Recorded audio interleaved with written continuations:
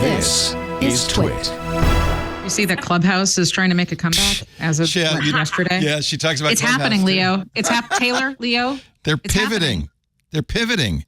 So Clubhouse, which was really big because of COVID, right? Was doing those audio.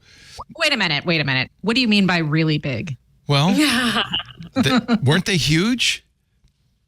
I mean, depends on how you define huge. Everybody was on it. Elon, me. Okay, well, there you go. You had it. The Fire Festival. We were all there.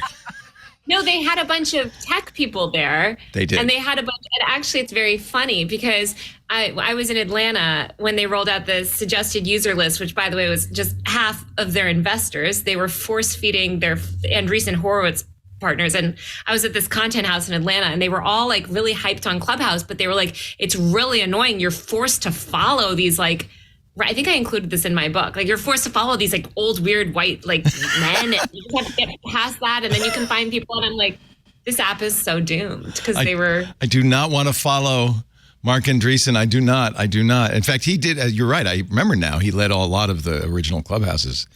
And, they're doing it again. Andreessen Horowitz, they seem that's their MO. When they invest in a company, suddenly it's the Andreessen Horowitz company. It's very interesting. The content was really crappy too. I mean, I listened into you, and it was just like I think the work that you do on all of your programming, Leo, and have been doing for so many years. I don't think people appreciate. You make it seem very easy, very conversational, but nobody has any idea what happens on the back end and all the prep. You can't just get a bunch of randos together and try to have a panel talk. There was some interesting, like the worst possible. There was some interesting stuff. For instance, and I bet you appreciated this. We were hearing from people in China. Were getting on Clubhouse and talking freely in a way that you wouldn't normally hear them talk. So in the earliest days, I would join these like Chinese chats where they were speaking in English sometimes. And sure, I mean those are edge cases. You got to hear voices you wouldn't normally hear, but it's just. Like that's, chat roulette didn't work out either because of all the reasons. That's kind of the story of social, in a way. And it's as an old guy watching this, I was really excited in the early days of the internet. I think you even make a reference to this in the book, Taylor, about how it was going to democratize things. You talk about gatekeepers getting out of the way, and everybody would have a voice. We all thought this was going to be transformational, a revolution. 18 years ago, I started a podcast network. The idea, I don't need to be working on the radio or the TV anymore. I could do it myself. And I thought that it was transformational. But then people arrived. And people always mess it up. Really. And corporations. Yeah. Like corporations are people. They're made of people. What? Oh my God, mind blown. Yeah, it's if you want to read in a way that you can kind of put it all together instead of the glimpses that we get in the normal course of events, how all of this has happened over the last 15 years. This is a great book to read. Extremely Online. It will be out October, you said 3rd? Yes, but it's available for pre-order now. So you can pre-order it right now and it'll be on your doorstep October 3rd. ExtremelyOnlinebook.com. And it's a fast read because you go, oh yeah, I remember. Oh yeah, I remember that. So what is Clubhouse doing now, Amy? What is their pivot? They say friends over followers. You know what, Leo? I can't. Do you care even? Is the question. Yeah. Well, there's people's heads bouncing around on the webpage. Okay, so it's like obnoxious Pong. I don't know. Can I move them around? No, I can't interact with them. They just keep.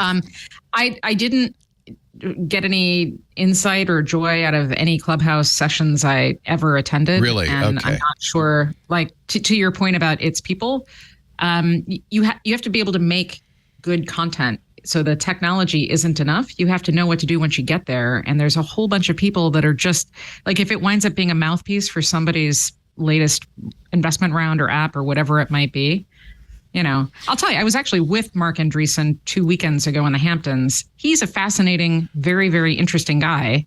That is a great humble brag, by the way. When we were in the Hamptons a couple You know what I mean? All right.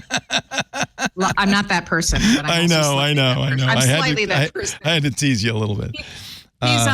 He's super, super interesting. He is super, super smart. So I'm confused as to why sometimes these decisions get made. I think probably it has more to do with a communications team than anything else. Well, let's not forget, though, that Mark Andreessen was hosting, pushing out to his millions of followers rooms with Holocaust denier Chuck C. Johnson, a room saying that I needed to be hanged, a room... When you say you mean Taylor Lorenz, need to be hanged. Oh, yes, Taylor Lorenz and other journalists that should be hung. Jeez. Let's not forget, all the other rooms that Mark Andreessen participated in with neo-Nazis, with, far-right InfoWars people, with that Alex the God guy. I think I don't have as much... I think he's a very fascinating person. I agree, Amy. And I would love to have a conversation with him one day. But I think he used Clubhouse to push a very specific ideology that I'm glad he doesn't have that audience anymore, to be honest. Yeah, you're not wrong. I think a lot of these guys are fascinating, very, very, very smart, but maybe a little, sociopathic, a little bit detached from the real experience of normal humans or something. And then a lot of the times, I'm thinking of Elon as well, they say, well, either I was just joking or it was just, ironic, or, well, you got to let everybody talk, but I don't believe in this stuff. Elon says, I'm not an anti-Semite. I don't know if he's anti-Semitic or he's so desperate at this point to juice the traffic on the network. I really honestly... It's fully cynical. I don't know. I got some of the stuff that's being said. I think people who listen to the show at this point know I'm Jewish, and I just can't stomach what I've been seeing. Yeah. Even if it is just in the name of a last-ditch desperation attempt to get advertising back. Well, Amy, as you were saying, to put together a podcast is hard. You have to organize it. You have to have topics. You have to have people who are booking guests on the show. You have to arrange it. You have to have people who know how to interrupt one another once they're on your show. Media is hard. And I think a lot of the people who are getting into it now because of the low barrier of entry, right? It's not television networks anymore. It's just everything is open. They don't know that media is hard, and nothing has ever been hard for them. They've had money, they've had privilege, they've had support, they've had a network of people who have helped them along. And they don't know that media is just as big as any other field where you have to know what you're doing. You have to understand the ethics of it. You have to know how to work with people. You have to know what your messaging sounds like to the people who are receiving it. And they just kind of brush that aside and say, oh, no, it's just a person, a platform with people talking. That's all it is. It's fine. It's hard work to do.